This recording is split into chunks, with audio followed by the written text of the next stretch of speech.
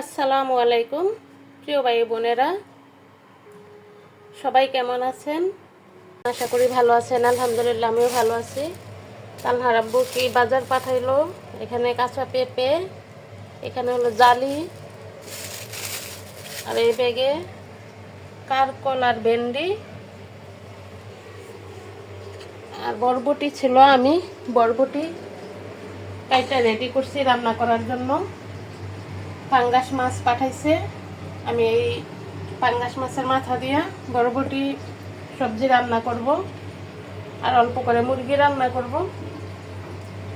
এবার আমি বরবটি তরকারিটা বসায় দিই। এপাশে হাঁড়ি বসায় দিলাম, ওই পাশে ভাত বসায় দিলাম।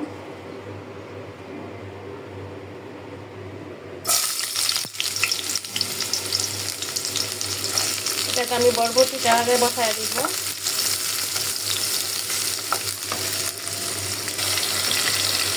আমি দিয়ে দিলাম তেলে বাটা মশলা।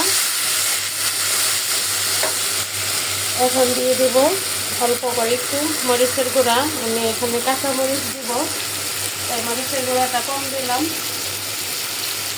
আর দিয়ে দিলাম হলুদের গুঁড়া, আর পরিমাণ মতো দিয়ে দিলাম লবণ।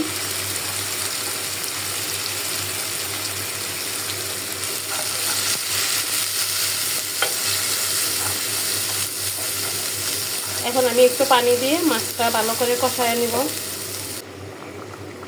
দিয়ে দিলাম 4-5টা কাঁচামরিচ। মাছের মাথাটা কষানি হয়ে গেছে। এখন আমি পরিষ্কার করে ধুয়ে রাখা বরবটি দিয়ে দিব। সাথে দিয়েছি ছোট ছোট 2টা আলু।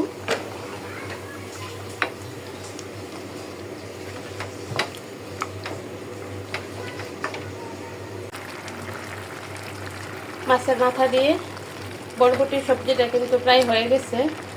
আমি নামিয়ে ফেলবো, বেশি সিদ্ধ করবো না। বেশি সিদ্ধ করলে সবুজ রঙটা অন্যরকম হয়ে যায়। সবুজ সবজি আমার কাছে সবুজ না থাকলে ভালো লাগে না। মুরগির জন্য কড়াই বসাই দিলাম। এলাচ, দারুচিনি, তেজপাতা ও পেঁয়াজ দিয়ে দিলাম। এদিকে মুরগিতে আমি হলুদ, মরিচ, জিরার গুঁড়া দিয়ে দিলাম। এখন দিয়ে দিচ্ছি আদা, দিয়ে দিচ্ছি রসুন বাটা।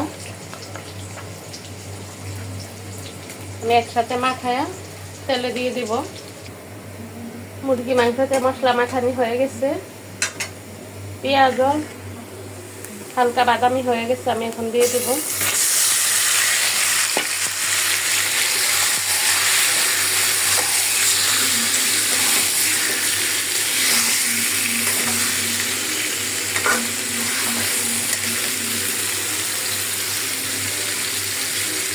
দিয়ে দিচ্ছি কিছু কাঁচা পেঁয়াজ।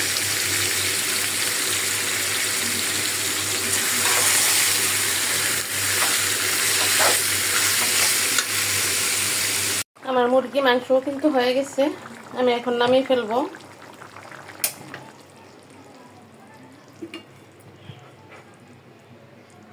পাঙ্গাসের মাথা দিয়ে বরবটি আর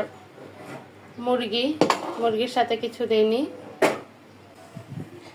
আমার রান্না কমপ্লিট হয়ে গেছে, একদম শর্টকাট রান্না। মুরগি রান্না করলাম আর মাছের মাথা দিয়ে বরবটি রান্না করলাম। আজকের মতো এখানেই শেষ। সবাই ভালো থাকবেন। আসসালামু আলাইকুম।